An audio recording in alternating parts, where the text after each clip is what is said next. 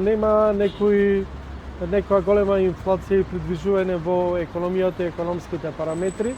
Не очекуваме да има зголемување на цените. Доколку има зголемување на цените, ние како Министерство за економија и труд и Влада на Република Македонија ќе го пратиме тоа и ќе действуваме соодветно на тоа, да речам, зголемување на цени со некоја неекономска логика како што било во претходните случаи.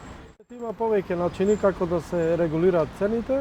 Да, точно е од начините и замрзнување на маржите, која мерка, доколку има потреба, да повторам, ќе се примени, ќе зависи од тоа како ќе останат цените во трговијата на мало, посебно на основните прехранбени производи, подочно во синџирот на маркети на територијата на Република Македонија.